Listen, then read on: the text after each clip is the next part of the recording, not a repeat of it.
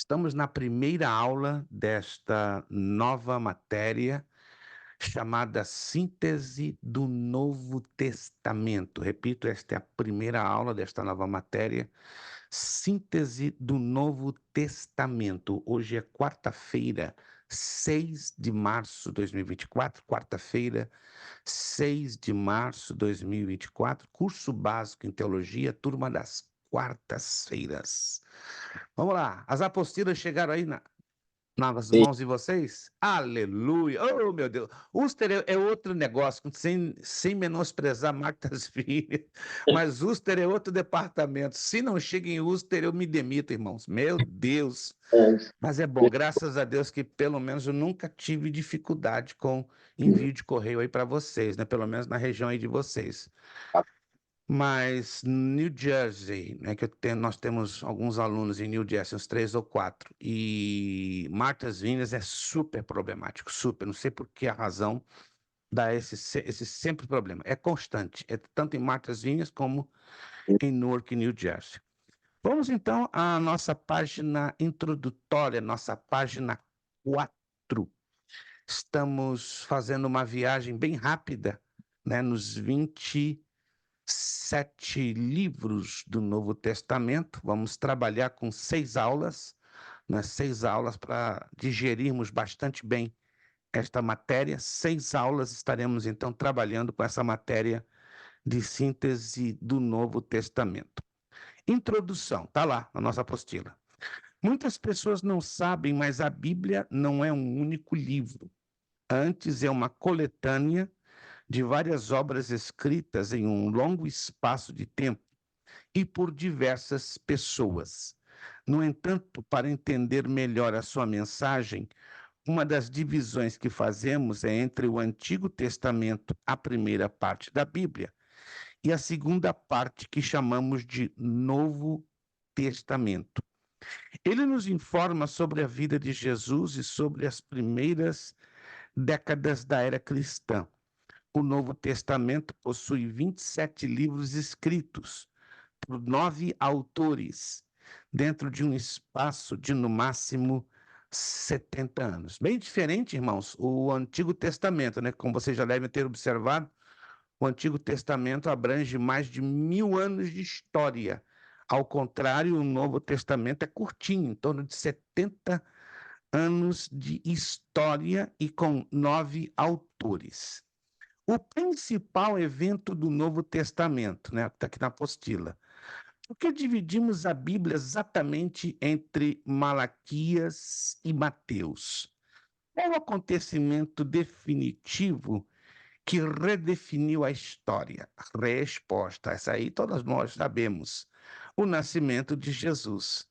É a encarnação de Jesus Cristo que muda a história, divide as escrituras e recomeça o calendário que usamos até hoje, né? Creio que deve ser do conhecimento de vocês que até o momento que Jesus nasceu, o calendário ele trabalhava no sentido decrescente, né? Do número maior para o número menor. Exemplo, 2000, 1300, 1200, 1000 antes de Cristo, 500, 300, 200, 150, 80 antes de Cristo.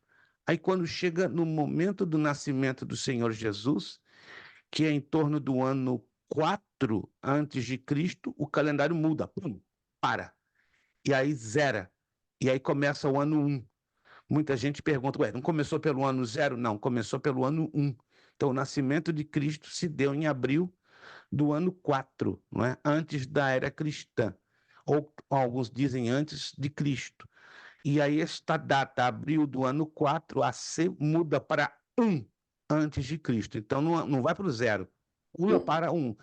Por isso que os cientistas, fazendo vários cálculos do nosso calendário, descobriram uma perda ou um vazio de exatamente 4 anos, exatamente por essa mudança do nosso calendário, que ele é o calendário juliano-gregoriano, né?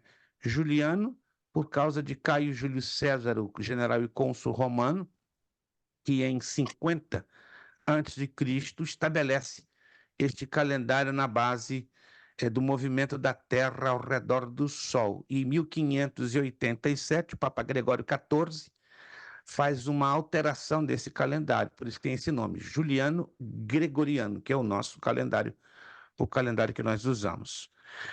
Muito bem. João está aqui, ó. João, o Evangelho de João, capítulo 1, do verso 1 ao 3, lemos. No princípio era aquele que é a palavra. Ele estava com Deus e era Deus. Ela estava com Deus no princípio. Todas as coisas foram feitas por intermédio dele. Sem ele, nada do que existe teria sido feito. Isso aqui é uma tradução livre e até mesmo mais original e fiel ao grego koine, né? Ao invés de estarmos lendo nas traduções tradicionais, no princípio era o verbo. Então aqui usamos a tradução mais exata como a palavra grega logos. No princípio era aquele que é a palavra, ou seja, o verbo que nós lemos nas nossas traduções bem tradicionais refere-se à pessoa de Jesus Cristo. Com isso, ó, nos ensina que Jesus sempre existiu. Ele sempre foi Deus desde o início dos tempos, juntamente com Deus Pai e o Espírito Santo.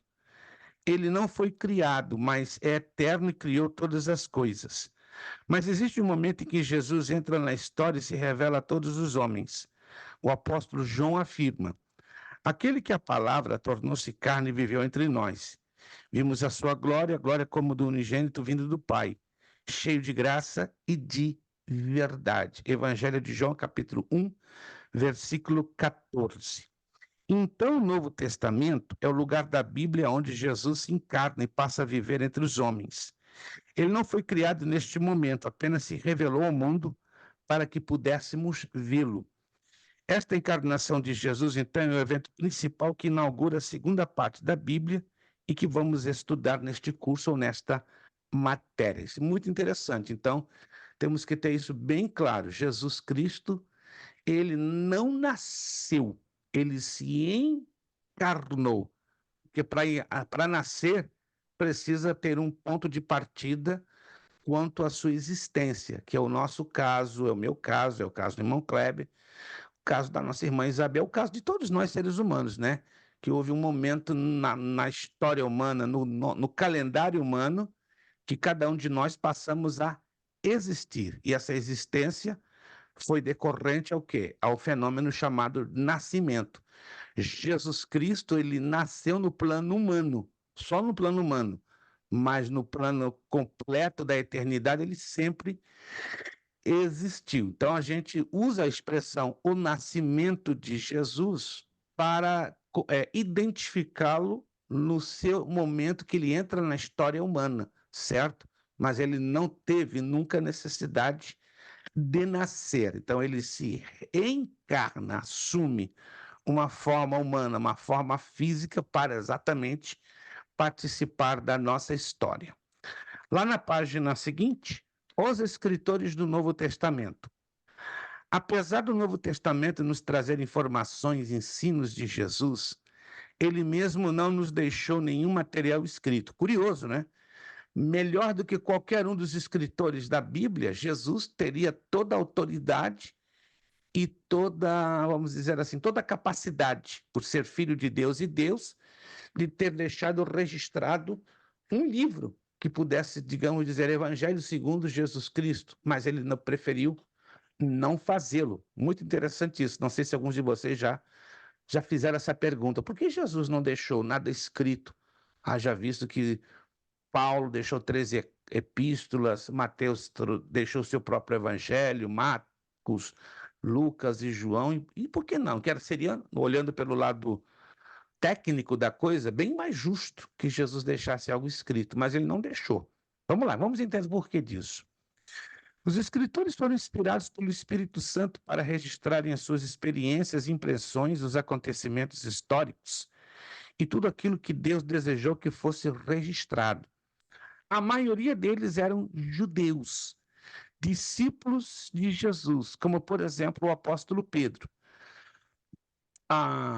Apóstolos reconhecidos como o apóstolo Paulo ou pessoas muito próximas a eles, em quem podiam confiar, como, por exemplo, Lucas o médico. Veremos as questões de autoria com mais detalhes mais à frente. Então, mais à frente, a gente vai tocar essa tecla de novo sobre a questão da autoria. Vamos à questão do idioma e da sua composição. O idioma mais falado em Israel era o aramaico. O aramaico era uma variação do hebraico. Era neste idioma que Jesus pregava, ensinava e falava com seus discípulos. Mas, ao ser registrados, os autores preferiram fazê-lo em grego koiné, chamado grego do povo, grego popular, já que naquela época o idioma grego era muito difundido, um tipo de idioma universal, algo parecido com o inglês nos dias de hoje, né, que é um idioma falado em quase todo mundo. Há uma suspeita que o Evangelho de Mateus tenha sido escrito em aramaico e depois traduzido para o grego. Podemos dizer que o Novo Testamento foi escrito em aramaico, provavelmente o Evangelho de Mateus, e em grego os demais livros. Não sei se vocês já prestaram atenção na leitura do Evangelho de Mateus. Ali vocês vão encontrar palavras, mesmo no texto em português, que nos chamam a atenção. Por exemplo, Talita cumi. Já chegaram a ler essa palavra, essa expressão lá no Evangelho de Mateus? Talita cumi, que traduzido é menina, levanta-te. Essa expressão Talita cumi não é em hebraico, é em aramaico. Outra expressão muito comum no Evangelho de Mateus, que eu sei que vocês já leram, tenho certeza disso, Abba. Abba. Já leram essa palavra? Abba. Quer dizer papai, em aramaico. Efatá, talvez se lembram ou não dessa palavra que Jesus pronunciou sobre uma pessoa surda, né? Diz a Escritura que ele colocou os dedos no ouvido desta pessoa que era, se não me engano, surda de nascimento, e Jesus gritou: Efatá, abre-te. E essa é uma palavra também aramaica. Por que eu estou mencionando isso? Pela menção ou pela ocorrência dessas palavras em aramaico no Evangelho de Mateus, acredita-se então que originalmente este evangelho houvesse sido escrito em aramaico e depois passou para uma tradução ao grego koiné. Vamos ver como foi escrito, não é, originalmente o Novo Testamento. O material usado era um papel orgânico chamado papiro, feito a partir de fibras de uma planta. Este papel era muito popular, mas se desintegrava com o tempo. Por isso, não temos, por isso, infelizmente, não temos os manuscritos do Novo Testamento intactos, apenas cópias bastante antigas, como um trecho de João 8, 31 a 33, 37 e 38, datado em 110 depois de Cristo. Essa ilustração que você está vendo aqui é exatamente, né, uma fotografia de uma das várias e várias cópias que foram registradas, não é tanto dos evangelhos, como também do conteúdo de todo o Novo Testamento, deixando claro, né, que o papiro, como muito, conseguia sobreviver 300 anos, mas um papiro de 300 anos já estava já todo quebrado, todo fragmentado, todo bem deteriorado e difícil de você ler o que estava ali. Por isso, essas cópias foram providenciadas depois de 30, 40 anos após a redação, não é, desses papiros em pergaminho. Pergaminho já era um material mais resistente ao tempo. Era feito de pele de cabra, pele de foca, pele de texugo, era de pele de animais. Então era bem mais fácil fazer o registro, né, a tinta na pele de animal, e esse se conservava numa base de 2 a 3 mil anos. Tanto que vários museus do mundo, né, como o Museu de Tel Aviv em Israel, o Museu de Alexandria no Egito, o Louvre em Paris, na França, você vai encontrar cópias praticamente intactas do Novo Testamento, né? São dezenas, existem em torno de 68 a 72 cópias espalhadas em vários museus da face da Terra. Como está dividido o Novo Testamento, né? Como dividimos o Novo Testamento? Os 27 livros no Novo Testamento, isso aqui é importante até para nós memorizarmos, porque quem sabe isso aí vai constar na nossa provinha. Ele é dividido em 5 grupos. Virando a página, e você vai conhecer esses grupos. Evangelhos, Mateus, Marcos, Lucas e João. Histórico, Atos dos Apóstolos. Cartas Paulinas, né? São 5 grupos, porque eu considero aí, no caso, evangelhos, históricos, né? Cartas Paulinas e cartas gerais e profético.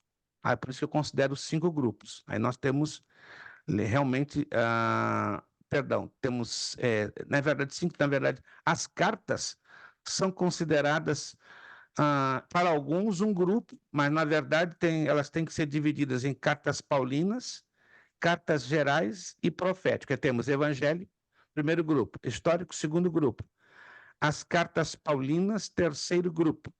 Cartas gerais, quarto grupo, e profético, quinto grupo. Mas aí nós subdividimos, né? Um grupo ele está subdividido. Cartas paulinas e cartas paulinas pastorais.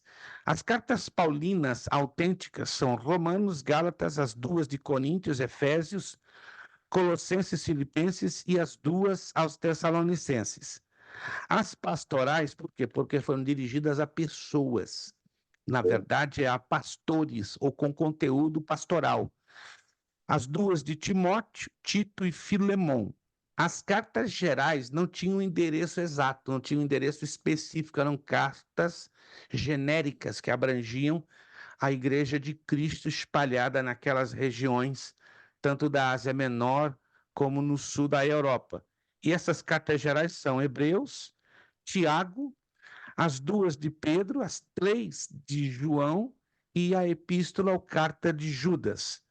E o livro profético é o único, e é fácil de entender, que é o livro do Apocalipse. Então, a divisão do Novo Testamento, convenhamos, ele é bem mais fácil de memorizar do que a divisão do Antigo, por possuir 39 livros, e é dividido em vários grupos, muito maior número de grupos do que do Novo Testamento.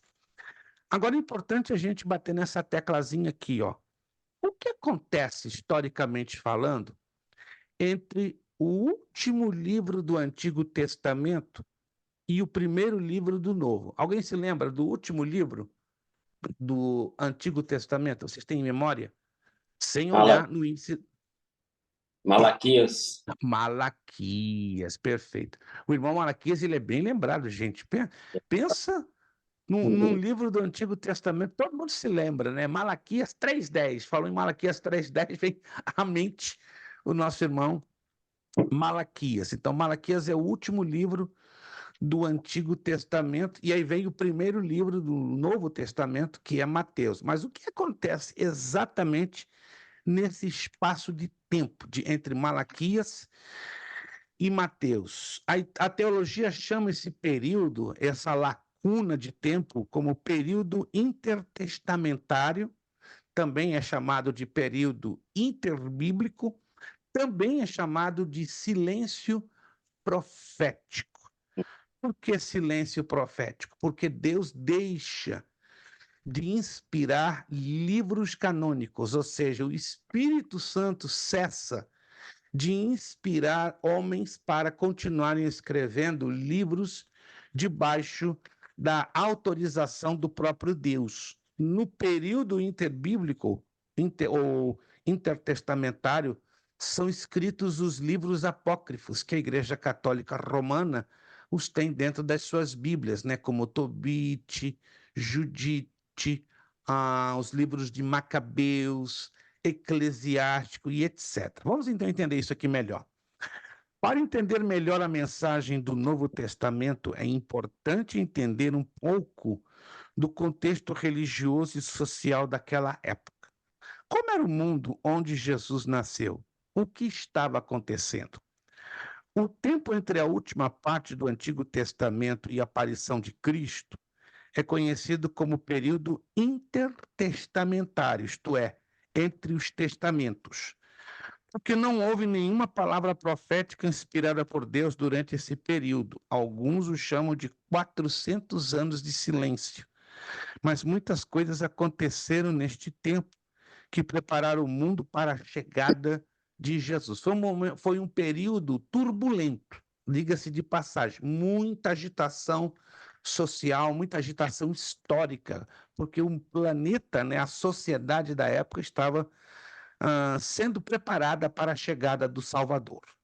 Vamos entender então dois aspectos dessa turbulência que está em cima dos desenvolvimentos históricos e dos desenvolvimentos religiosos, né? Então, nós temos que passar em cima disso aqui, ou seja, temos que trabalhar em cima destas duas visões para que, uma vez entendendo esses dois tipos de desenvolvimento, aí vamos entender melhor o cenário do Novo Testamento. Porque muita gente se pergunta por que o tempo de Jesus, digamos, foi tão agitado com o domínio do Império Romano, né? Porque toda aquela região da Palestina, além de terem os romanos, né, governando na mão de um imperador, tinha também o governo na mão de um cônsul, na mão de um prefeito, na mão de um outro rei, que a Bíblia nos fala, né, que eram chamados reis, que dominavam uma porção de território chamadas tetrarquias, ou seja, causa um pouquinho de dificuldade para você entender esse contexto histórico e esse contexto social. Só para você ter uma ideia, quando Jesus nasceu, o imperador romano da época que governava toda aquela área era Otaviano Augusto, ou também chamado Caio Augusto, ou simplesmente Augusto. Mas abaixo de Augusto havia procuradores romanos, como no caso específico, né, mais adiante, não na época que Jesus nasceu, mas na época que Jesus foi crucificado, o imperador já muda, já era Tibério, certo? E abaixo de Tibério estava Pôncio Pilatos, né, o governador geral daquela área, né? Tinha Herodes, né, Antipas, que era um rei judeu. Então, era uma linha de hierarquia parecendo um pouco confuso, mas era a forma que o Império Romano tinha para estabelecer o seu governo. Ou seja, o imperador sozinho não dava conta de governar, de administrar territórios muito amplos e muito divididos, muito diversificados por causa do tamanho do território e da sua cultura. Então, o cabeça principal do Império Romano era o imperador, mas ele tinha abaixo dele outras linhas de governo que facilitavam essa administração. É que nós vamos agora entrar aqui nos desenvolvimentos históricos. Apesar da aparência de ordem, o mundo daquela época estava debaixo de um caos político. Era só aparência de ordem, mas a confusão imperava, dominava. O imperador Alexandre o Grande havia dominado praticamente todo mundo conhecido. Estamos falando bem antes do nascimento de Jesus. Estamos falando de 300 anos antes do nascimento de Jesus. Inclusive a região de Israel. Depois da sua morte, né, de Alexandre o Grande, que se deu em 323 a.C., os Ptolomeus, que controlavam o Egito, e os Seleucidas, que controlavam a Pérsia, disputaram aquela região com a vitória dos Seleucidas. Naquela época, Antíoco Epifânio IV, né, porque houveram vários Antíocos Epifânios, e este aqui que eu estou mencionando é o número 4, né, é uma dinastia de Antíocos Epifânios. Profanou o templo colocando um ídolo pagão dentro do templo, sacrificando um porco no santo altar. Isso aconteceu em 170 a.C. Com isso, os judeus se revoltaram e causaram uma revolução sobre a liderança de Judas Macabeu, o sobrenome Macabeu, que significa martelo, lutando e vencendo parcialmente os Seleucidas. Isso está registrado no livro apócrifo primeiro e segundo livro aos Macabeus. Eu sugiro, não é uma obrigação sua como aluno, ter uma Bíblia católica. Alguém de vocês tem? Algum de vocês dois tem uma Bíblia católica? Não, eu sugiro, porque é interessante por causa dos livros aos Macabeus, somente por isso. E também, não é para você conhecer a base que a Igreja Católica se utiliza na sua doutrina. Exemplo, a Igreja Católica tem os 7 sacramentos, tem a missa aos mortos, tem a idolatria, a adoração às imagens. Da onde veio tudo isso? Resposta: de que eles admitiram os livros apócrifos como inspirados por Deus. A reforma protestante acontece nas mãos, né, do monge agostiniano na Alemanha chamado Martinho Lutero. Já ouviram falar de Lutero, correto? Já ouviram falar de Lutero.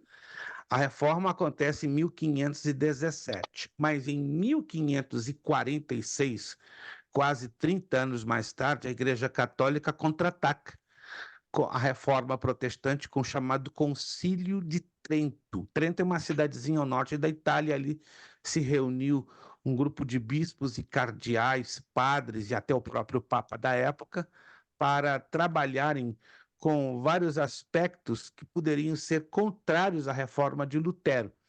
E dentro das coisas que foram decididas nesse concílio, chamado Concílio de Trento, se aceitaram 7 livros que não estavam no cânon original em hebraico, ou seja, no conjunto dos 39 livros do Antigo Testamento. Esses livros não estavam, nunca estiveram, mas o Concílio de Trento decidiu adotá-los como sendo inspirados por Deus. E aí muitos pontos do credo católico são tirados, até o purgatório, por exemplo, né? O livro de Eclesiástico e Tobit ensina muito o princípio do purgatório, está tudo ali. Essa é a razão que eu estou sugerindo a vocês a terem uma Bíblia católica, só para título de investigação, de pesquisa, é interessantíssimo, né? Mas entrando nos livros apócrifos, não há nenhum valor para mim e para você espiritualmente falando, né? Só no sentido de pesquisa mesmo, em sentido histórico, voltado para o livro de 1º e 2º de Macabeu. Se você for adquirir uma Bíblia católica, procure não se esquecer. Adquira a edição da Bíblia de Jerusalém. Bíblia de Jerusalém. Por que eu estou mencionando? A tradução é excelente. A título de tradução, não o conteúdo dos livros apócrifos, correto?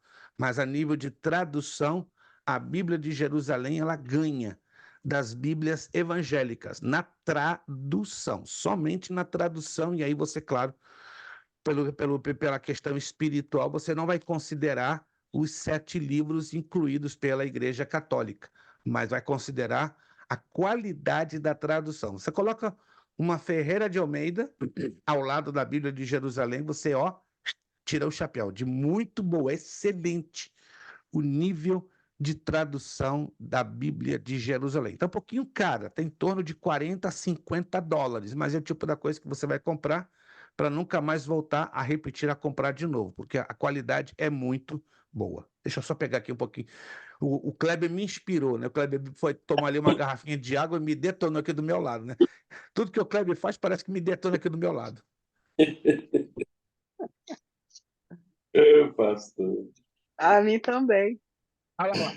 Isso aqui é uma coisa que contagia, né? A psicologia ensina, né? Se você vê alguém tomando uma garrafinha de água, pode esperar, vai todo mundo atrás. É interessante, eu já vi isso. Eu viajo muito de trem, de ônibus, né? Quando eu vejo um passageiro colocar uma garrafinha de água, rapaz, vai um atrás do outro, vai efeito dominó. Isso é psicológico. Ou é psicológico, ou é o povo não estava animado, né?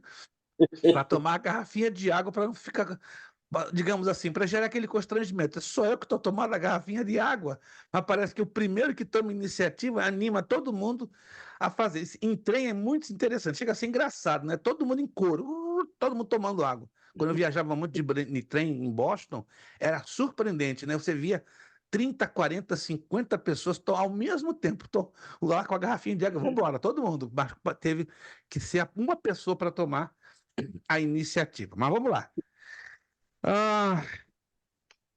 Perfeito.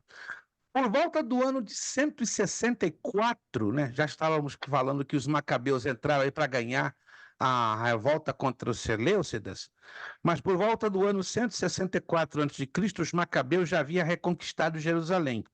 purificando o templo e reinstituído os sacrifícios diários. Estas constantes disputas por poder e a decadência política era um cenário que João Batista denunciava em suas pregações, preparando a vinda do Messias. Para vocês verem, a situação estava tão confusa, tão anarquizada, que quando João Batista aparece ali batizando no Rio Jordão, ele estava pegando um vestígio, um restante de um período muito agitado, que foi o período da revolta dos Macabeus. Desenvolvimentos religiosos, estamos agora na página 7. Havia entre os judeus do primeiro século partidos ou denominações religiosas diferentes. Isso aqui não deixa de ser interessante. O ambiente onde Jesus vive era marcado por essas diferenças e animosidades. Alguns destes grupos eram os três mais importantes: saduceus, fariseus e essênios. Procure ter isso em mente.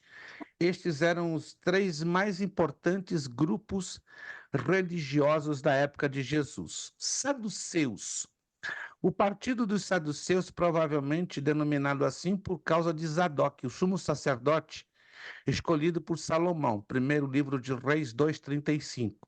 Era formado em sua maioria por gente de posses e posição, dinheiro, e cooperava de bom grado com os helenistas da época. Deixando claro, né? Helenista. O que é um helenista? Era um judeu com uma inclinação à cultura grega. Havia muitos helenistas em Israel, sejam judeus de nascimento e até de criação. Só que eles tinham uma simpatia muito grande à cultura grega, tanto ao idioma grego, à filosofia grega, à cultura grega em geral. Então, este grupo de judeus, ele foi chamado de helenista. Então, os helenistas da época, né, faziam parte também, alguns deles, dos saduceus.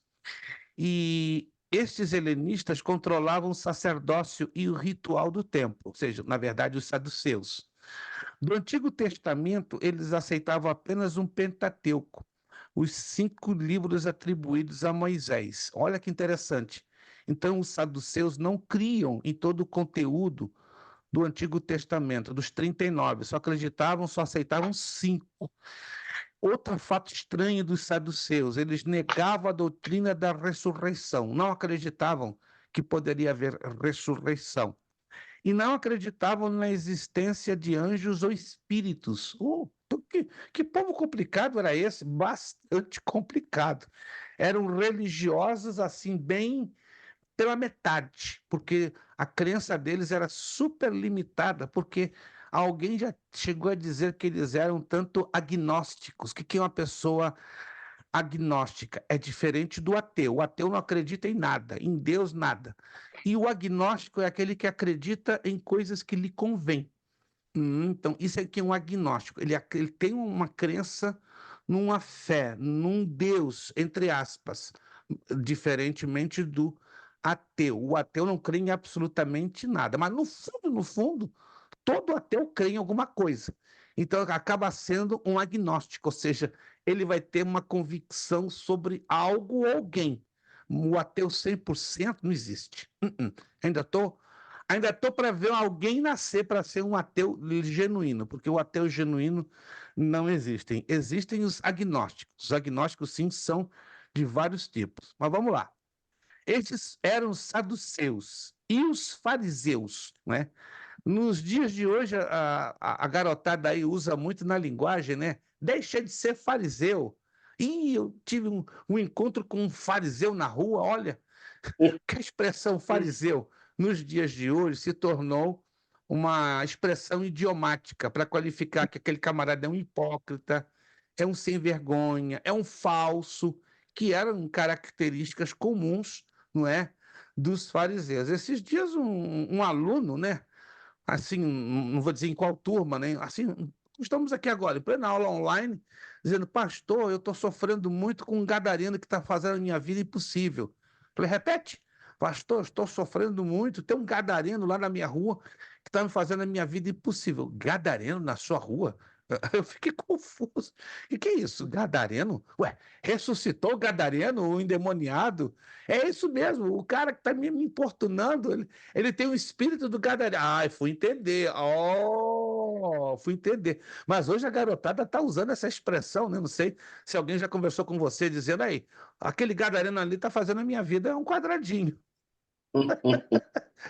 Então, hoje a garotada pega umas expressões bíblicas curiosas, né, e aplica no dia a dia, né? Eu aprendi essa semana passada. Eu falei, rapaz, não deixa de ser interessante, né?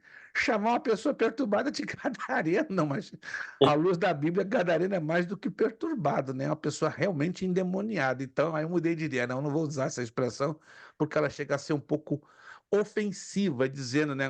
Só um exemplo, por favor, pelo amor de Deus, Kleber, você é um gadareno de marca maior, eu nunca vou dizer isso pro Kleber, né, que ele é um gadareno. Ele pode dizer que é um camarada chato, meio perturbado, mas dizer que o Kleber é um gadareno, meu Deus, aí é. Eu estou querendo muito mal do meu querido irmão. Eu quero de coração muito bem, né? Jamais eu usaria essa expressão para ti, Kleber, de coração.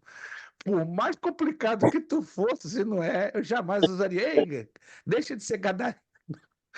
Mas algo mais ou menos para você entender a expressão fariseu. Mas quem eram os fariseus daquela época? A palavra fariseu significa separatista. Então, o fariseu hoje está mais para o lado do PT, por aí. Está mais para o lado do PT, querendo cair na veia política do Brasil, né? Que eram os descendentes espirituais dos judeus piedosos, que haviam lutado contra os gregos no tempo dos Macabeus. Olha só, eram o partido da lei e das sinagogas, sendo respeitados pelo povo pelo seu zelo religioso. Paulo se considerava um membro deste grupo ortodoxo do judaísmo de sua época. Filipenses, vamos lá em Filipenses, capítulo 3, versículo 5.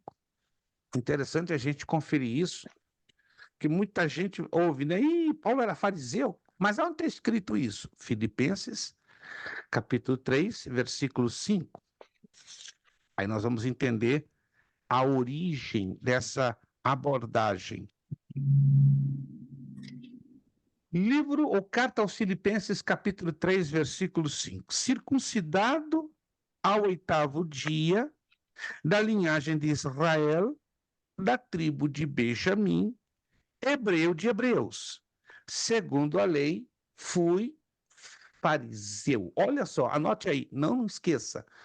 Aonde está escrito na Sagrada Escritura que Paulo era um fariseu? Filipenses capítulo 3, versículo 5. Uma vez que essa declaração foi escrita de punho próprio, pelo próprio apóstolo Paulo, quando ele redigia a carta aos irmãos na cidade de Filipos, ali na Macedônia, então concluímos que Paulo tinha estado casado, porque há uma corrente teológica muito forte que diz, que alega que Paulo era solteiro. Jamais. Por quê? Por causa da declaração que ele faz lá na primeira carta aos Coríntios, capítulo 7, versículo 1. Ou que o homem não tocasse em mulher. Lembram-se disso? Paulo faz essa declaração na primeira carta aos Coríntios, capítulo 7, versículo 1.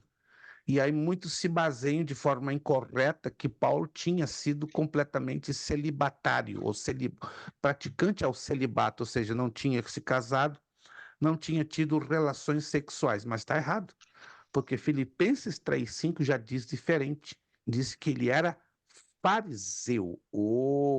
E para ser fariseu, ou seja, membro do sinédrio judaico, tinha que ser obrigatoriamente casado. Anote isso aí. Nenhum fariseu poderia ser solteiro, jamais, porque os fariseus eram membro do sinédrio. Daqui a pouquinho nós vamos explicar o que era o sinédrio, mas na verdade eu já vou adiantar um pouco. O sinédrio era um concílio composto de 70 homens, 70 homens. Dentro do sinédrio estavam os fariseus e os saduceus. O sinédrio era como uma espécie de corte, ou suprema corte, que julgava todos os casos de foro civil, não de foro criminal. Haviam situações, né, muito excepcionais que o sinédrio era usado para julgamentos de foro criminal, mas o foro criminal estava nas mãos de Roma. Só uma pequena pausa para você entender. Jesus foi levado para dentro do sinédrio. Lembra-se disso? Ele foi julgado dentro do sinédrio. Só que isso foi algo errado, porque segundo a lei, o sinédrio não era para julgar causas criminais, e sim causas civis. As causas criminais não podiam ser julgadas pelos judeus, nem muito menos pelos fariseus. Tinha que ser julgada por um fórum romano, estabelecido pelo cônsul ou pelo governador romano, que nesse caso era Pôncio Pilatos. Por isso que Pilatos ficou contra a parede, né, e decidiu lavar as mãos com respeito ao julgamento de Jesus. Por que ele lavou as mãos? Porque ele, como procônsul e governador romano, sabia que tinha a lei romana a seu favor para julgar Jesus. Na verdade, ele não queria julgar Jesus, porque ele mesmo disse, né? Lemos os evangelhos, ele não encontrou nenhum delito a ponto de ser considerado Jesus um criminoso, mas ele decidiu lavar as mãos para não ter uma contenda com os judeus. Então ele jogou a bola para o lado dos judeus. Mas, em última análise, a escritura tinha que ser cumprida, não é verdade? Jesus sofreria a pior das injustiças, sendo julgado no sinédrio, que é errado, não poderia, porque ele foi julgado ali como criminoso. Segundo, Jesus foi julgado à meia-noite. E o sinédrio fechava às 6 horas da tarde. Terminava o dia judaico, tudo que tinha que ser levado para dentro do sinédrio parava e voltava só no dia seguinte, às 6 horas da manhã. Então foram dois erros de natureza técnica, duas injustiças grosseiras cometidas contra o Senhor Jesus. Primeiro, ele foi julgado como criminoso dentro do sinédrio. Não cabia aos judeus julgar criminosos, cabia diretamente aos romanos. Mas foi o primeiro erro. O segundo erro foi depois das 6 horas da tarde. Jesus foi julgado perto da meia-noite dentro do sinédrio. Só para você entender, né, como o sinédrio naquela época tinha a sua importância, mas infelizmente na questão do julgamento de Jesus foi a maior farsa que se pode imaginar. Continuando aqui falando dos fariseus, a lealdade à verdade às vezes produz orgulho e até mesmo hipocrisia, e foram essas perversões que Jesus denunciou. Os fariseus foram excessivamente zelosos, né, ao cuidado da verdade, ao cuidado da pureza da lei judaica. Então, eles caíram para um lado chamado fanatismo religioso. É o que, infelizmente, hoje vemos, né? Em alguns cristãos, em algumas igrejas, né? Fanatismo. É lícito, é bom termos zelo pela pureza da palavra? Sim, porém temos que ser equilibrados, cuidadosos, para não sermos extremistas. O extremismo já é um perigo, já é algo errado. Tem o outro extremista que é o chamado liberal, né? Ou o camarada é muito fanático ou ele é muito liberal. Mas nós temos que lutar para estarmos aonde? No meio. E para o ser humano, diga-se de passagem, o equilíbrio é difícil, é bastante difícil. Temos os essênios. O essenismo foi uma reação radical à hipocrisia dos fariseus e ao mundanismo dos saduceus. Os essênios aparecem para estar exatamente trabalhando neste suposto equilíbrio, ou seja, os essênios não gostavam do fanatismo dos fariseus e nem do liberalismo dos saduceus. Então eles vieram para o quê? Tentar fazer uma diferença do equilíbrio. Os essênios se retiravam da sociedade e viviam em ascetismo e celibato, em grupos no deserto. Parece que eles tentaram trazer um equilíbrio, mas eles também foram um pouco extremados, um pouco extremistas, porque eles saíram do meio do povo, saíram do meio da sociedade. Foram para onde? Para os desertos. Então, aí já é um tipo de extremismo, querendo dizer, né? Eu sou melhor do que os fariseus, eu sou melhor do que os saduceus, mas os essênios nunca foram melhores do que um ou do que outro. Mas vamos lá. Davam atenção à leitura e o estudo das escrituras, à oração e às lavagens cerimoniais, que eram consideradas os batismos. Suas posses eram comuns e eram conhecidos pelo seu trabalho e piedade. Consideravam-se o verdadeiro Israel e acreditavam no Messias que viria. Acredita-se que João Batista, pelas características que ele apresenta do seu ministério, pelo que está descrito na Escritura Sagrada, poderia ter sido membro dos essênios, ainda que em nenhum lugar na Bíblia vemos nenhuma declaração aberta falando sobre isso. Mas dois historiadores, dentre eles Flávio Josefo e Suetônio, de origem romana, sustenta esta teoria que João Batista poderia ter sido um essênio. Escritos. Durante o período dos 400 anos de silêncio de Deus, muita literatura foi produzida. Alguns documentos históricos importantes, traduções das escrituras e, como já falamos, os livros apócrifos. Tem aqui um escrito de grande importância que marcou a história da literatura bíblica, antiga como atual. É a chamada produção da Septuaginta, conhecida como versão dos 70, como você está vendo aí, em algarismos romanos. É a tradução escrita grega do Antigo Testamento, ou seja, o Antigo Testamento, vocês se lembram? Originalmente ele foi escrito em aramaico, em hebraico e em aramaico. 90% em hebraico e 10% em aramaico. Mas a Septuaginta é uma tradução que ela traz todo o Antigo Testamento, os 39 livros, traduzido para o grego. Olha que interessante.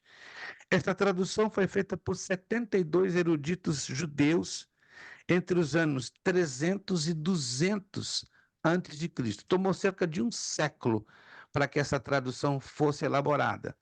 Em Alexandria, uma linda cidade, eu a conheço ali no norte do Egito. Foi uma Bíblia muito popular em todo o Império Romano, porque pode ser lida pelos judeus de fala grega que não conseguiam mais ler em hebraico.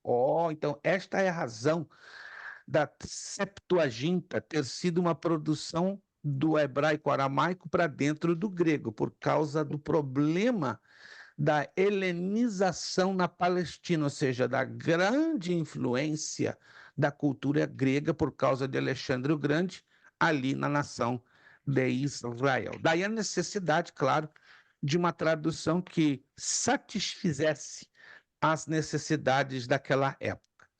Virando a nossa página de número 8, vamos então conhecer um pouquinho sobre os livros apócrifos.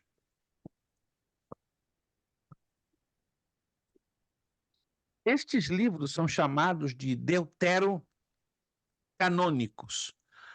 A palavra deuterocanônico vem do grego. Deutero quer dizer segundo. Canônico, grupo inspirado. Mas, na verdade, eles não têm nada de inspirados, tá? Mas vamos usar essa expressão deuterocanônico para dizer o segundo cânon, ok? Também conhecido como apócrifos, que não são considerados como inspirados por Deus, apesar de terem um valor histórico interessante. Quais são esses livros? Como já mencionei a vocês agora há pouco. Judite, Tobias, Baruque, Siraque. Preste atenção, em algumas Bíblias católicas você vai encontrar este nome, Siraque. Você vai procurar aí, cadê Eclesiástico? Em algumas Bíblias, ao invés de trazer Eclesiástico, vai trazer Siraque. Na maioria delas você vai encontrar Eclesiástico. Grande maioria. Eu não me lembro agora, porque isso vai muito da edição.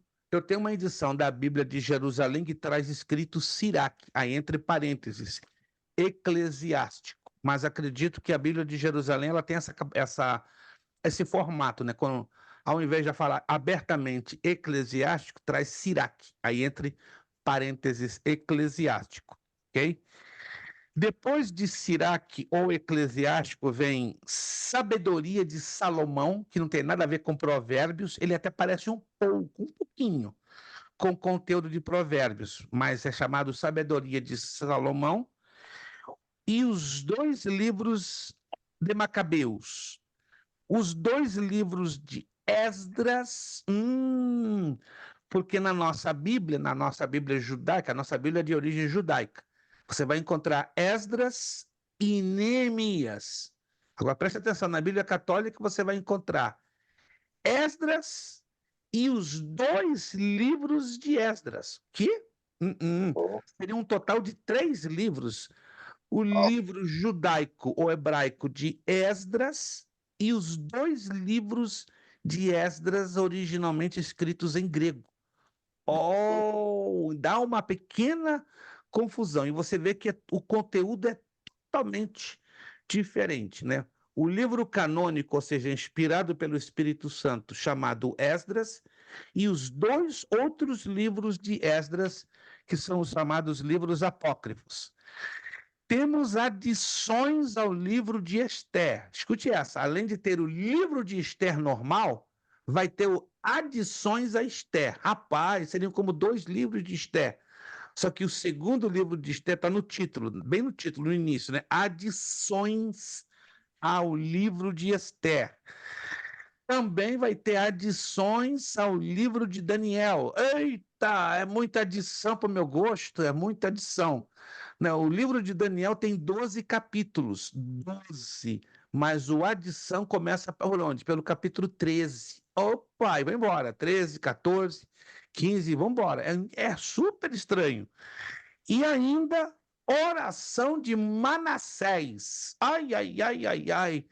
Dali também vem a inspiração da chamada oração aos mortos. Opa! Não apenas o livro de Tobit ou de Judite, que você vai ver detalhezinhos das orações feitas aos mortos. Sim, Kleber, fale lá. é nesses também que tem o livro de Enoque, pastor, nessa Bíblia católica aí, né? Livros apócrifos? Não, Não, né? não. O livro de Enoque, Uhum. ele é considerado uma obra separada, Ó, uma obra à parte, né? Entra dentro de um conjunto de livros que são reconhecidos como inspirados, hum, mas que, por decisão dos acadêmicos da época, eles não foram incorporados dentro do cânon inspirado das Sagradas Escrituras. Por hum. exemplo, a declaração que está lá na Carta de Judas. Vamos bem rapidinho na Carta de Judas. Carta de Judas. Isso é bem curioso. Causa, às vezes, um pouquinho de confusão para o leitor e ele não consegue entender isso aqui. Carta de Judas,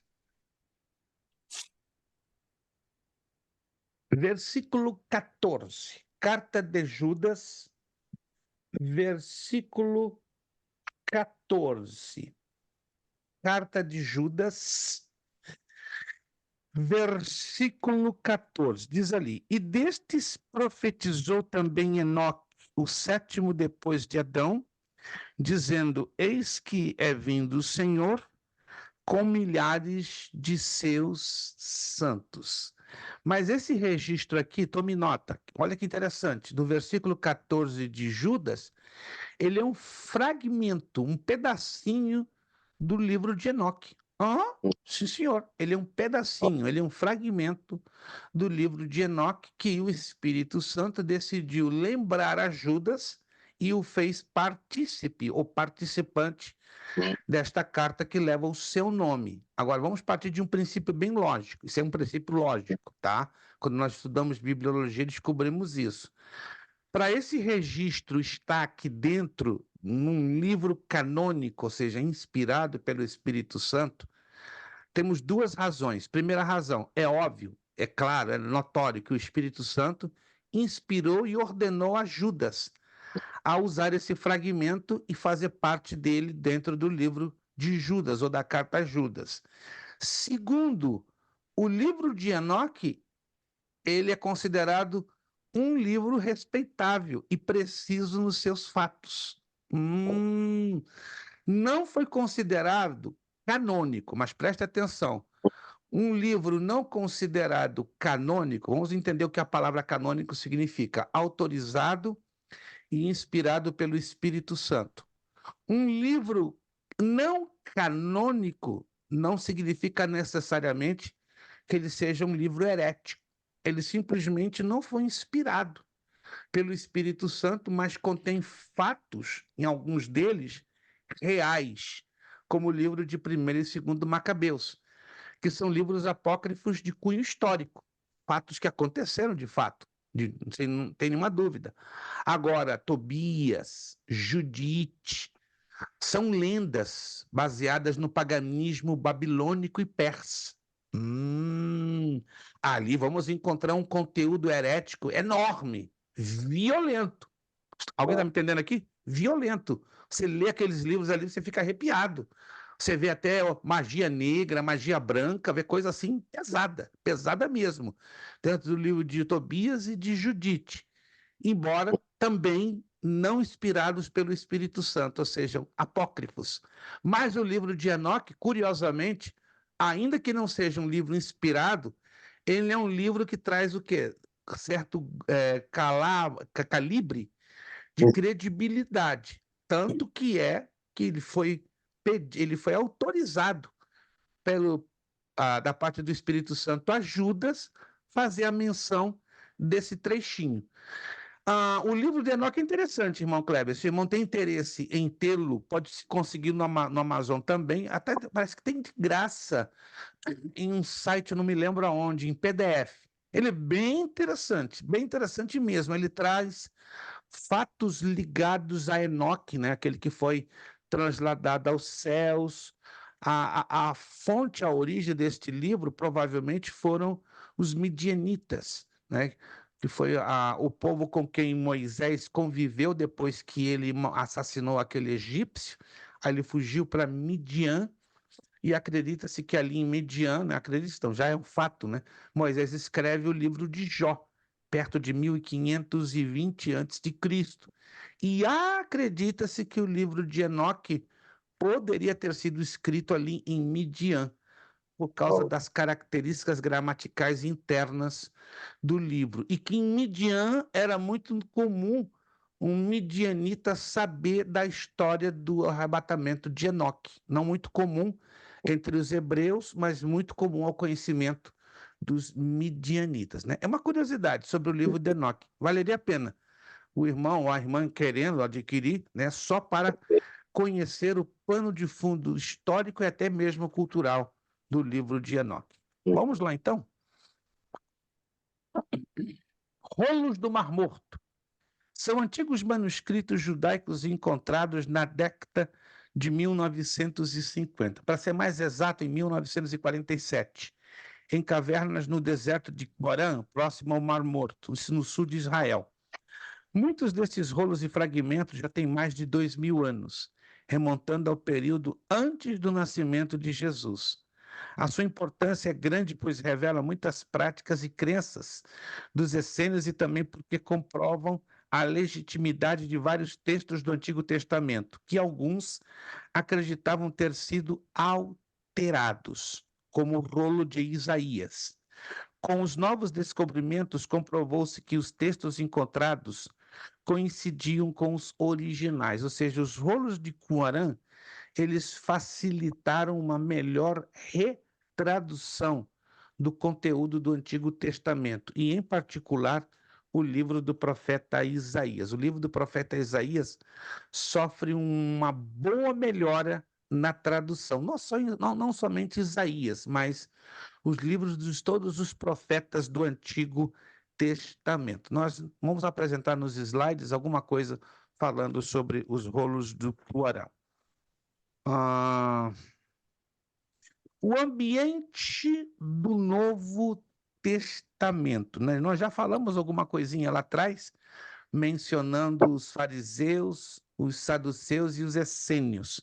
Agora vamos fazer uma tomada mais abrangente, panorâmica, é aqui mostrando o ambiente religioso, político e cultural. No ambiente religioso, judaísmo e paganismo. O ambiente onde Jesus viveu e pregou era marcado pelo judaísmo dos israelitas e também pela presença de religiões pagãs de outros cidadãos do Império Romano, principalmente de seus oficiais, políticos, soldados que habitavam aquela região. Mesmo algumas vertentes do judaísmo na época de Jesus carregavam influências pagãs da Babilônia e de outros povos por onde os judeus foram dispersos no exílio. Ou seja, havia uma enorme salada de frutas religiosa no panorama religioso ali do Novo Testamento. Político. Depois de sofrerem a dominação de várias nações na história, no momento em que Jesus nasce, a nação de Israel estava sob o domínio do Império Romano, que dominava todo o mundo conhecido da época. Aos judeus era permitido terem o seu culto, língua, cultura, costumes e até o seu código de leis, mas deveriam pagar impostos ao imperador romano e não causar nenhuma rebelião contra a sua autoridade, coisa que infelizmente não foi possível porque houve ou existiram na época de Jesus ou na época do Novo Testamento várias revoltas internas lideradas por um grupo político chamado Zelotes. Zelotes. Já ouviu falar dos Zelotes? Zelotes. Dois discípulos de Jesus eram zelotes. Um está bem declarado na Escritura, Simão, o zelote. Agora, Judas Iscariotes, provavelmente, ainda que a Bíblia não dá detalhes, também tinha sido um zelote, por causa da sua origem. O nome Judas Iscariotes, né? Vem de uma cidade da Galileia que dominava a presença dos zelotes. Então, acredita-se que também Judas Iscariotes pudesse ter sido um zelote, ainda que nada muito comprovado a nível de documentação, mas somente a título de declarações históricas da época. Então, os zelotes eles provocaram uma instabilidade muito forte no governo romano em Israel, e foi a razão que no ano 69 depois de Cristo houve uma revolta enorme, pesadíssima do Império Romano, né, contra os zelotes, né, com a destruição de uma fortaleza chamada Massada. Nós vamos falar um pouquinho disso no transcurso das nossas aulas, né?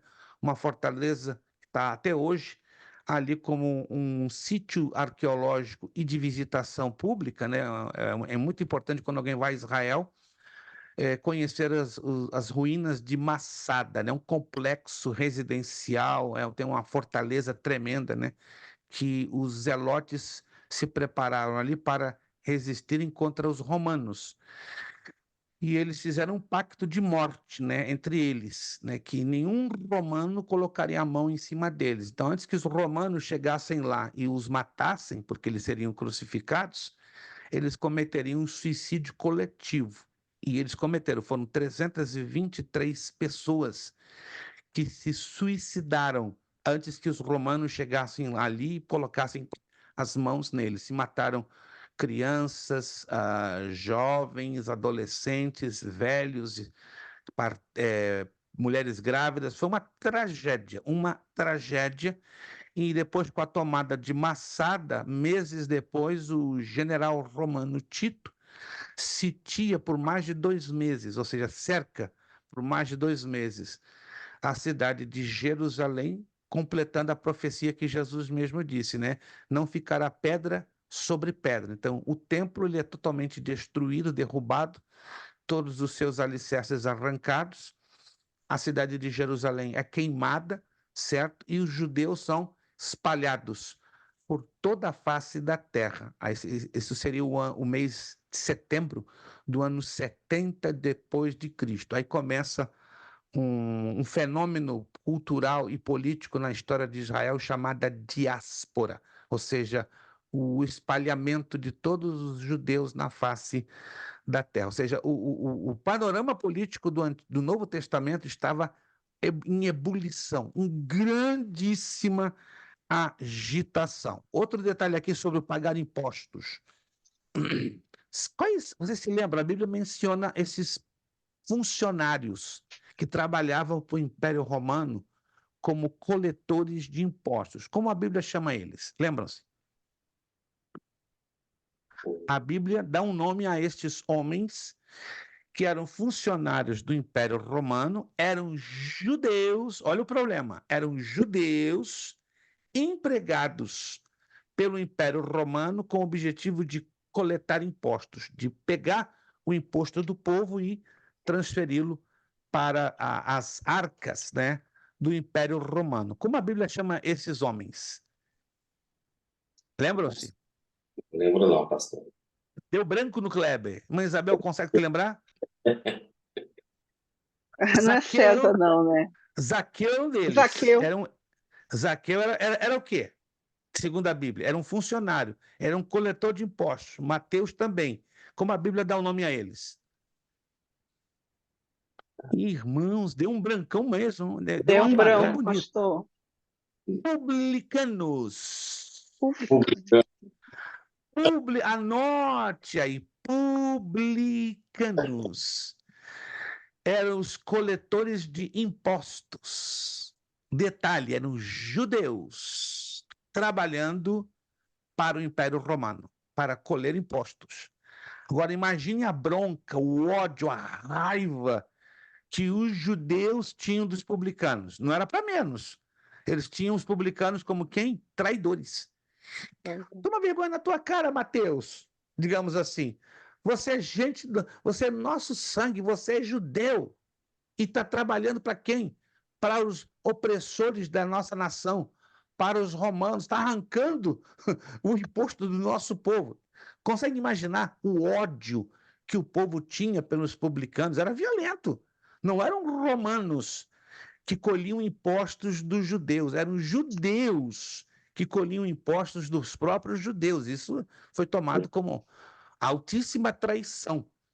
Lembram-se que quando Zaqueu recebe Jesus na sua casa, o encontro entre os dois foi tão poderoso, tão impactante, que Zaqueu faz uma declaração que lemos, mas nós não entendemos por que ele faz essa declaração. Que declaração que ele faz? Se eu tenho defraudado alguém, estou disposto a restituir até que 4 vezes mais. Sabe por que ele disse isso? Era normalíssimo dos publicanos cobrar da parte do Império Romano de 18 a 20% de impostos de cada judeu. Então, cada judeu tinha que dar para o Império Romano de 18 a 20% de toda a sua renda bruta anual.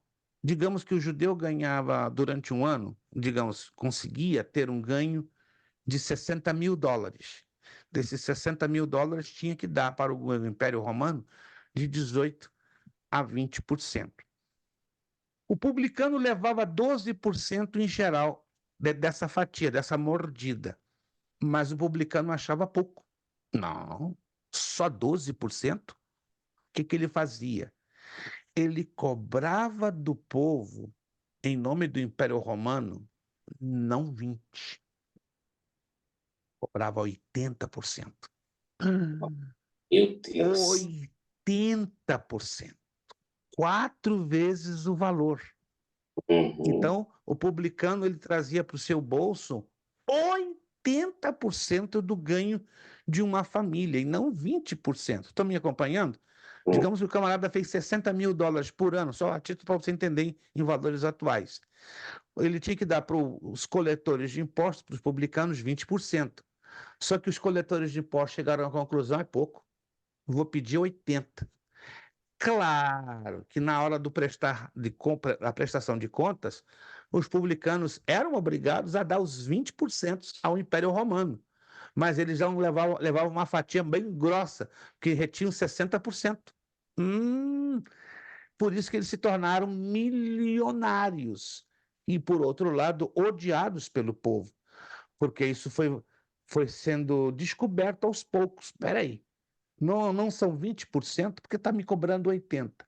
Ou você paga 80 ou queimamos a tua família, matamos a sua família. Então, os judeus andavam debaixo de constantes ameaças. Qual era outro remédio? Pagar os 80%. Por isso que o encontro que Zaqueu teve com Jesus foi tão poderoso, tão tremendo, que ele disse: se eu tenho defraudado alguém, até 4 vezes mais eu restituo. Claro, ele roubava do povo 4 vezes mais. Mas ali você vê o impacto do encontro de Zaqueu e Jesus. Foi tão grande que o caboclo ali se converteu mesmo. Converteu. Dizem que a última parte do nosso ser humano que se converte é o bolso. E é verdade. E ali o bolso de Zaqueu se converteu para valer, né? Eu estou aqui disposto a restituir, a devolver até 4 vezes mais. Meu Deus! Um publicano abrir a boca para falar isso, tem que ser o quê? Jesus Nazaré na vida desse publicano. Aleluia. Outro testemunho que vemos na própria Bíblia é Mateus. Jesus disse: segue-me. Nenhum publicano seria louco, doido, de deixar o trabalho mais rentoso de todo o Império Romano. Irmãos, os judeus eram muito pobres, eles estavam sendo oprimidos pelos romanos. E era uma honra, entre aspas, para um judeu ter sido dada a confiança de cuidar das finanças do Império Romano a nível do governo local. Agora, imagina Mateus sendo chamado por Jesus: vem, segue-me. Os cônsules romanos, os procuradores romanos, quando viram essa atitude de Mateus, está ficando doido. Está ficando doidinho, louquinho. Peraí, está jogando pela janela uma carreira. É como fosse um funcionário da Receita Federal. No Brasil, é muito bem visado, né? Não tirando o lado da corrupção, mas hoje você ganhar um concurso público para trabalhar na Receita Federal, você tem um bom salário.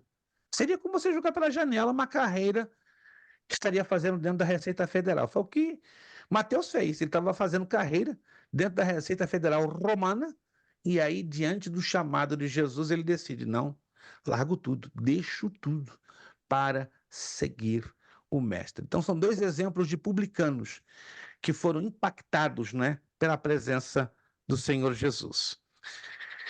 Tem aí o ambiente cultural.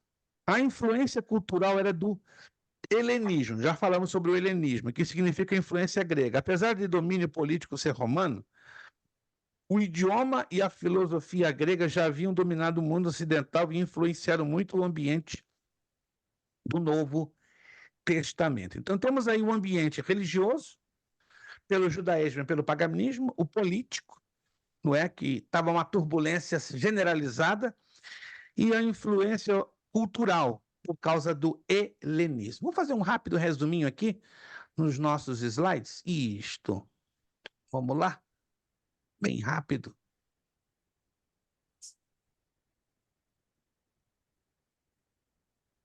Todos estão enxergando os slides? Todos estão enxergando os slides? Isto. Vamos lá, então, entender isso aqui.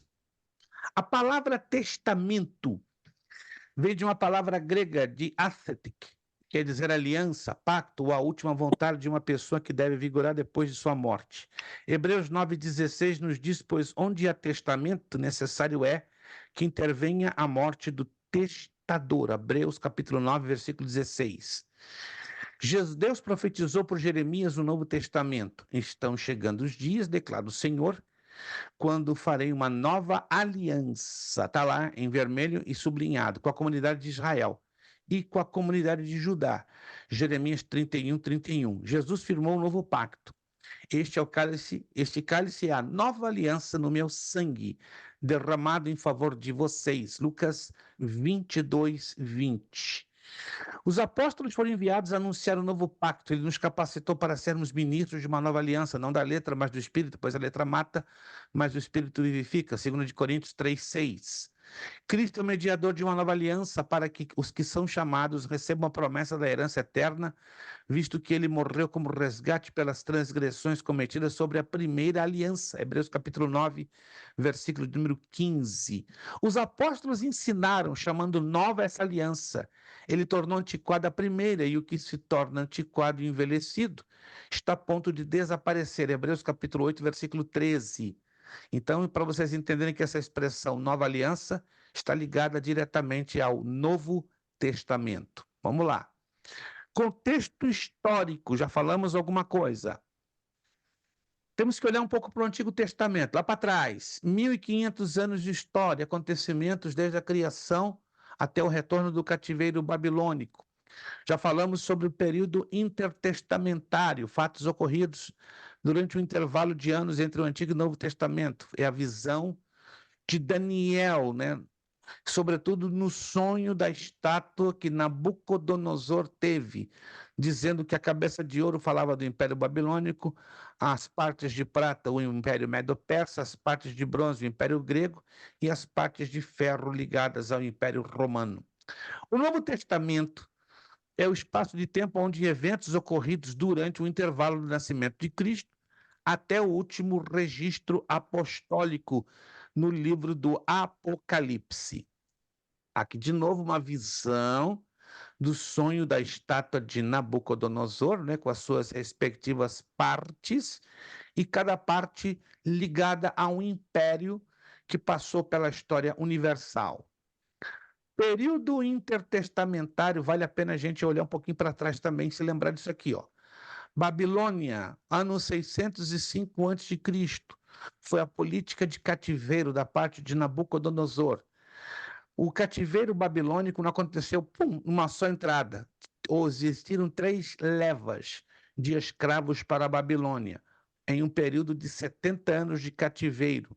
Muitos judeus assumiram altos cargos, passaram a valorizar a sinagoga, ou seja, a adoração sai do templo e vai para a sinagoga. Estudava o aramaico, que se tornaria a língua oficial do cativeiro babilônico. Comercializavam produtos, muitos judeus comerciantes ficaram na Babilônia. Aí veio o Medo-Persa, o governo do Império Medo-Persa, que foi em torno de 538 a.C., chamada de política de repatriamento. Ciro usado por Deus, né, um rei persa, para trazer de volta os cativos da Babilônia de regresso a Israel.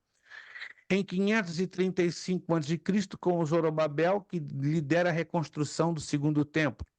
Em 485 a.C., com Esdras, que lidera a reforma religiosa, criando o rabinismo, a escola dos rabinos, mestres da Torá. Em 445 a.C., com Neemias liderando a reconstrução de Jerusalém. E nesta política de repatriamento, a literatura e escolas rabínicas são ativadas, com o aramaico sendo a língua principal da época. Vem então o período macedônico, né? O período da política de helenização por parte de Alexandre o Grande, em 331 a.C. Mas morre Alexandre em 323, não deixa herdeiros, mas deixa 4 dos seus generais, dos quais 2 exercem uma influência política muito forte sobre a Palestina. Em 320 a.C., os Ptolomeus, um general, né, de Alexandre, traz o chamado respeito cultural, que é a tradução, como já falamos, da Septuaginta, que é o Antigo Testamento traduzido para o grego. Em 198 ocorreu a influência dos Seleucidas, o desrespeito cultural, a profanação dos Seleucidas ao templo judaico, né, com o sacrifício de uma porca e a colocação de um ídolo pagão. Mas em 167 a.C., os macabeus trazendo uma revolta judaica dentro da data do chamado Purim, que é a festa das sortes. E temos o 4º período, que é o período romano. No ano 63 a.C., os romanos invadem a Palestina, fazendo-a de província romana, que mais adiante esteve debaixo das mãos do imperador César Augusto. A influência de Roma foi muito forte sobre a Palestina e os dias do Novo Testamento, por causa da sua administração civil, política econômica por meio de reis, governadores, prefeitos e procuradores romanos ou nativos. Curiosamente, apesar de toda a turbulência e confusão da época, houve um respeito cultural e religioso. Estranho isso, né? Houve um respeito ao contrário do tempo dos Seleucidas, ao contrário do período dos Seleucidas, que foi um desrespeito cultural, uma profanação, os romanos respeitaram cultural e religiosamente os judeus. Foi o período da cidadania romana, aberta para muitos, e o período da chamada Pax Romana, ou seja, um período que Roma desfrutou de uma paz, de uma estabilidade. Foi nesse contexto que Jesus viveu, aonde Jesus exatamente nasceu. Transformações desse período. Já estamos chegando ao finalzinho da nossa aula de hoje. Quais foram as transformações do período intertestamentário, ou seja, esse vazio, essa brecha de 400 anos? Fim do monarquismo e do profetismo judaico.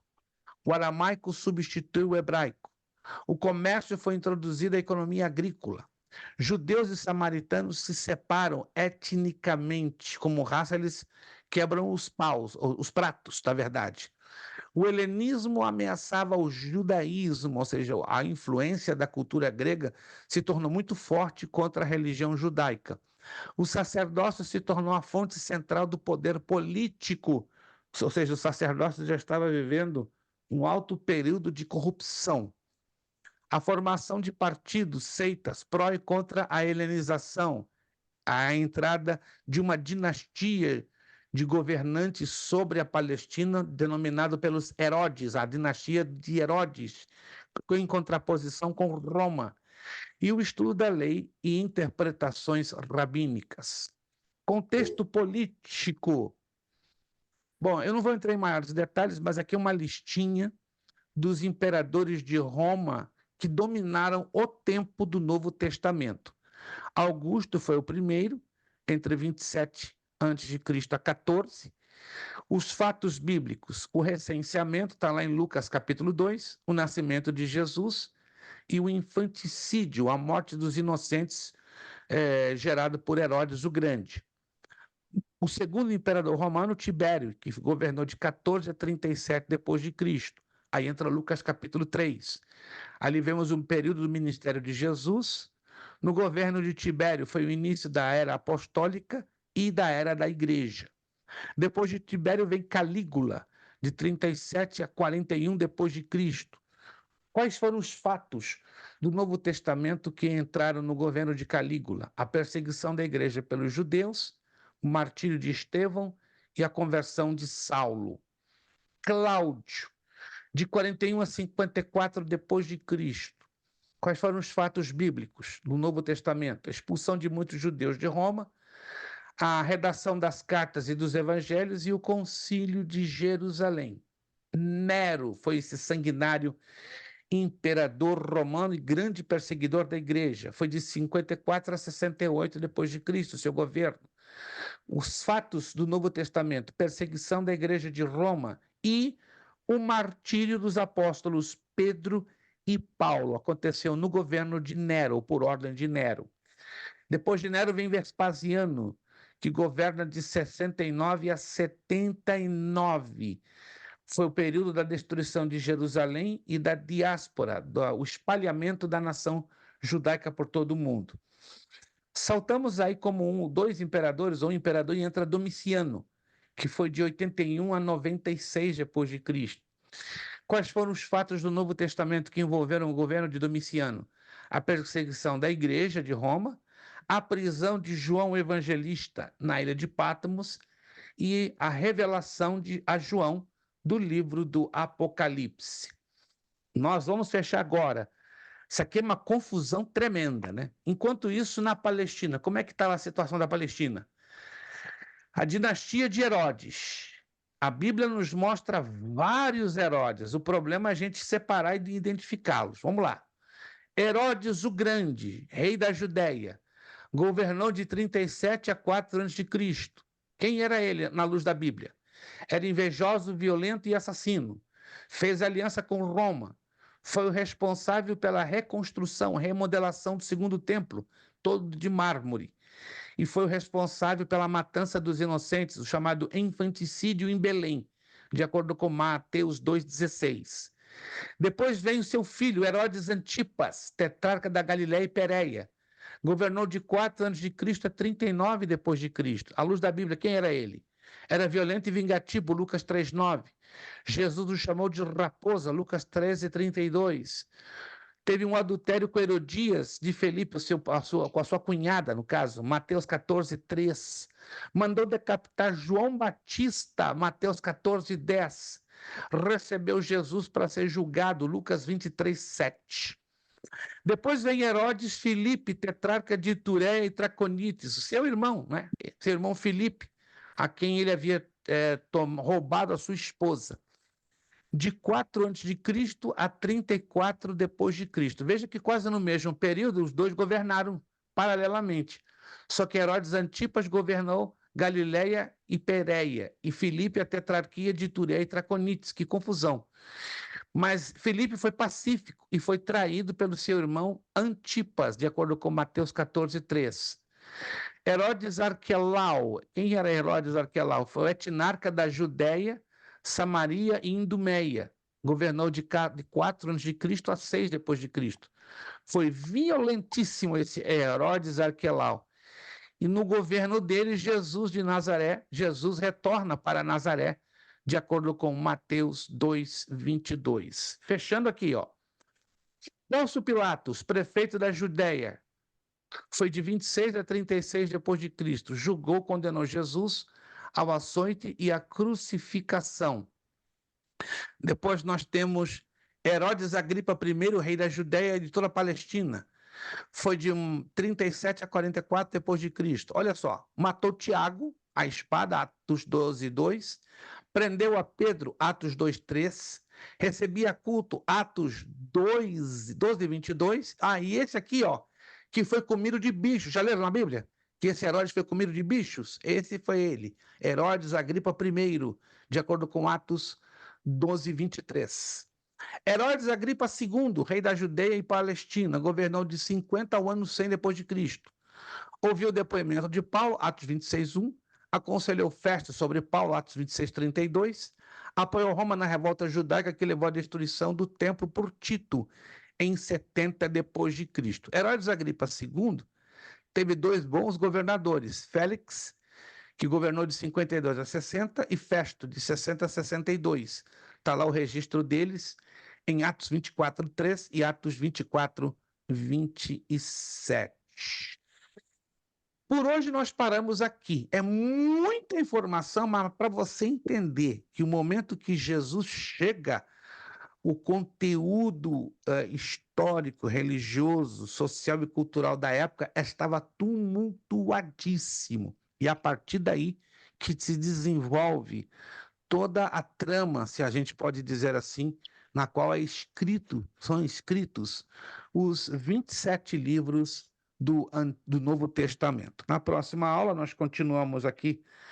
Testamento significa aliança, já falamos alguma coisinha, tá? Então, na próxima aula, deixa eu ver aqui, a data vai ser no dia 13. Então, dia 13 de março, da próxima semana, estaremos, então, com a nossa segunda aula, e aí vamos entrar aqui falando sobre testamento significando aliança, e vamos já falar um pouquinho também dos evangelhos sinóticos, porque é uma revisão do que já, de uma certa forma, já conhecemos, acrescentando informações que ainda não conhecemos.